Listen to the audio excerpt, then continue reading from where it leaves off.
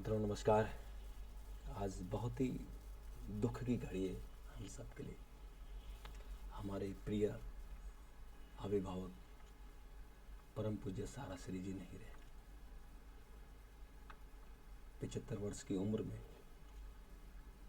लंबी बीमारी के बाद मुंबई के कोकिलाबेन धीरूभाई अंबानी अस्पताल में उनका निधन हुआ। उनके निधन की खबर सुनकर सहारा इंडिया परिवार और उनके समर्थकों में दुख की लहर है। सहारा श्री सुब्रत राय सहारा जी कोई साधारण मानव नहीं थे। ईश्वर ने उन्हें एक चमत्कारिक पुरुष और अपना दूत बनाकर भेजा था। मैं ऐसा क्यों कह रहा हूँ? मुझे सहारा इंडिया परिवार में राष्ट्रचार में नौकरी करते हुए लगभग 32 वर्ष हो गए और इस परिवार से मुझे इतना प्यार मिला कि मैं यहाँ से छोड़ने की हिम्मत ही नहीं कर पाया। बहुत मौके मिले, लेकिन यहाँ जितना प्यार मिला उसके कारण कहीं दूसरी जगह जाने की सोच ही नहीं। पूरी उम्र हमने पूरी जवानी यहाँ बिता दी, और वो सिर्फ इसलिए कि हमारे प्रिय सहारा श्री जी के आशीर्वाद, उनकी जो सोच रही, उनका विशाल हृदय। मैंने अपने पत्रकारिता जीवन में इतने सारे लोग देखे, इतने लोगों से मैं मिला जो विशाल हृदय, उनका लिविंग स्टाइल, उनका तरीका, उनका लोगों की मदद करने का, उनके पास सब कुछ है। वो न्यौछावर करना चाहते थे। 1978 में छोटे से 2000 रुपये से उन्होंने अपना कारोबार शुरू किया, एक स्कूटर से, और आज वो करीबन 3 लाख करोड़ रुपए की कंपनी के मालिक रहे। सहारा श्री जी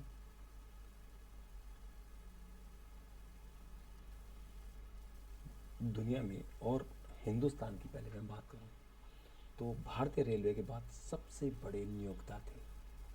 भारतीय रेल में लगभग 13 लाख कर्मचारी हैं, और सहारा इंडिया परिवार में प्रत्यक्ष और अप्रत्यक्ष दोनों मिलाकर लगभग 12 लाख लोग आश्रित थे। यहाँ का जो अपने तरीके के कानून है, यहाँ उन्होंने खुलकर प्यार दिया। यहाँ का जो क्लास 4th कर्मचारी है, वो तो कुछ अपने सीनियर्स से भी ज़्यादा पैसा लेते थे। वो कहते थे कि जो अंत्योदय की बात होती है कि जो आखिरी व्यक्ति है उसके पास भी अपनी कार होनी चाहिए, अपना घर होना चाहिए। और अगर आप सहारा इंडिया परिवार के किसी भी ऑफिस के बाहर चले जाएं तो वहाँ कारों का तांता लगा रहता है। उन्होंने कितने लोगों के जीवन को उन्होंने उभारा है। ऐसी कल्पना कोई कर सकता है कि नौकरी तो सभी देते हैं, लेकिन उस नौकरी के कारण लोगों के जीवन में कितना बदलाव आया है, ये उन्होंने करके दिखाया है। और जो वहाँ नौकरी नहीं करता था, जो भी मदद मांगने गया, उन्होंने दिल खोलकर मदद की। राजनीतिक लोगों को अगर लोग उनके पास मदद मांगना है तो उन्होंने खुलकर मदद की। खिलाड़ियों के तो गॉड फादर थे। जिस वक्त भारतीय टीम को मदद की ज़रूरत थी, उन्होंने स्पॉन्सरशिप की, और हमारे क्रिकेटरों की सीने पर सहारा इंडिया का लोगो रहता था। लोगों के अलावा जो वो स्पॉन्सरशिप देते थे साल भर की, उसके अलावा उन्होंने हर क्रिकेटर की मदद की। उनको घर दिए, उनको पैसा दिया, उनको जो उनकी मदद थी उसको दी। और जब भारतीय क्रिकेट टीम आसमान पर छा गई, विश्व कप जीत गई, उसके बाद तो बहुत सारे दावेदार हो गए कि उन्होंने स्पॉन्सरशिप लेने के लिए दावे करने लगे। हमारी जो महिला हॉकी टीम थी वो अनाथ थी। उनके लिए ऐसे ऐसी खबरें आती थी कि उनके पास खाने तक के पैसे नहीं है, कपड़े नहीं है, उनके पास वो जूते नहीं हैं जो उसके लिए वो खेल सकते। सहारा श्री जी ने उनको गोद लिया और भारतीय हॉकी टीम को पूरी स्पॉन्सर दी, बिना किसी के कहे थे स्पॉन्सरशिप दी, और उन्होंने कई मैच जीते। आज हमारी हॉकी टीम समृद्ध है, उसमें सारा श्री जी का बहुत बड़ा रोल है। हमारी कबड्डी टीम आप देखिए, बैडमिंटन के प्लेयरों को आप देखिए, कोई खेल ऐसा नहीं था जिसको उन्होंने स्पॉन्सर नहीं किया हो। और जिस वक्त कॉमनवेल्थ गेम था, मुख्यमंत्री शीला दीक्षित हाथ पांव छोड़ चुकी थी, वो घबरा गई थी कि ये कॉमनवेल्थ गेम कैसे सफल होंगे। सुरेश कलमाड़ी का उन पर आरोप लग रहे थे भ्रष्टाचार के और तमाम, लेकिन सारा श्री जी ने पर्दे के पीछे रह के जो मैनेजमेंट किया, रातों रात पूरी टीम लगा दी और कॉमनवेल्थ गेम को देखिए कितना सफल करा है। और अपनी जेब से पैसा लगाए, जो सरकारी पैसे थे वो सरकार ने खर्च किए, जो एसोसिएशन के पैसे थे वो कलमाड़ी ने खर्च किए, लेकिन सारा श्री जी ने अपनी जेब से पैसा लगाकर बिना लाइमलाइट में आए भी कॉमनवेल्थ गेम सक्सेसफुली करवाए। उनके खेलों के प्रति उनकी जो प्रतिभा थी, उनकी जो रुचि थी, उनकी जो एक लगन था, वो का कोई स्थानीय नहीं था। 12 लाख लोगों को रोजगार देना, और जब वो अकेले ऐसे व्यक्ति थे जिन्होंने भारत माँ को प्रणाम किया, भारत माँ की तस्वीर बनाई, और लोग दूसरे पूजा पाठ करते थे, वो भारत माँ की पूजा करते थे। उनकी जो मूर्ति है आप देखिए, लखनऊ में, कहीं भी, दिल्ली में, नोएडा में, जहाँ जहाँ सारे इंडिया के ऑफिस है, वहाँ भारत माता की तस्वीर मिलेगी। और उन्होंने भारत पर्व की शुरुआत की जब कोई सोच में नहीं सकता था। आज हमारा मोदी सरकार भारत पर्व मनाती है। जो राजपथ है, जिसका नाम अब कर्तव्य पथ हो गया, वहाँ हर साल 26 जनवरी के मौके पर भारत पर्व मनाया जाता है। ये सुब्रत राय सारा श्री जी ने इसकी शुरुआत की थी। वो मानते थे कि बाकी त्यौहार तो लोगों के होते हैं, समुदाय के होते हैं, धर्म के होते हैं, लेकिन भारत पर्व तो देश का होता है, एक ही पर्व है।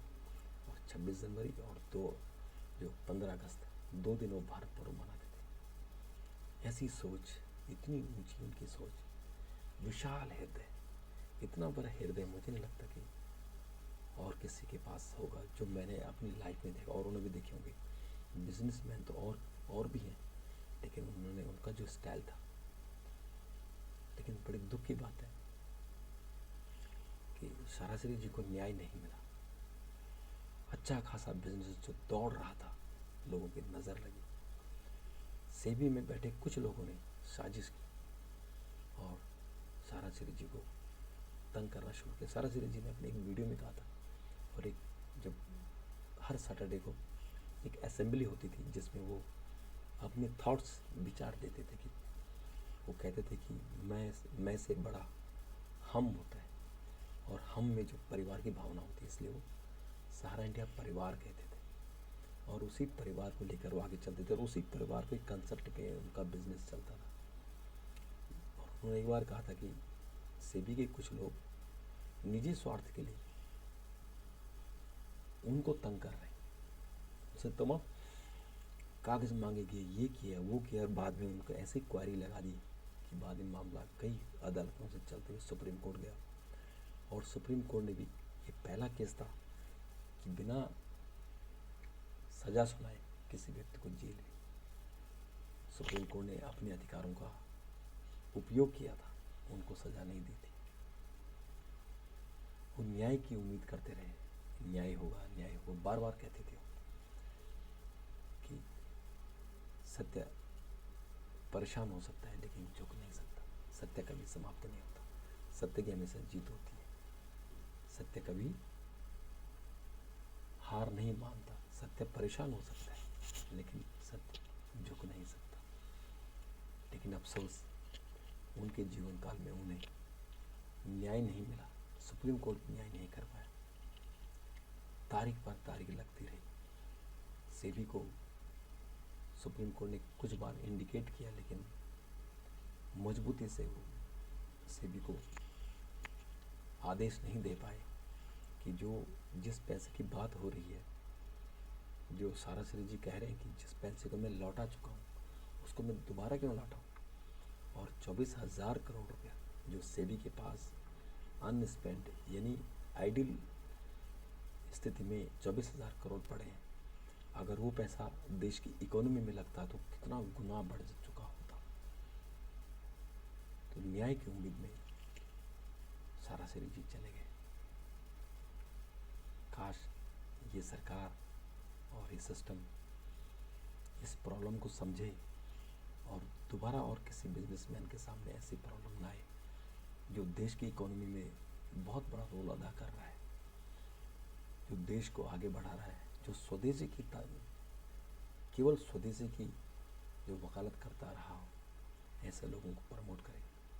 और जहाँ कहीं अन्याय हो रहा हो, जहाँ सिस्टम अन्याय कर रहा हो, उसे सरकार की ड्यूटी होती है, पॉलिटिकल लीडरशिप की ड्यूटी होती है कि उस अन्याय को ख़त्म करना। लेकिन वो उनकी किसी ने मदद नहीं की और वो अधूरी इच्छा के बिना, अधूरी इच्छा को लेकर इस दुनिया से विदा लिए।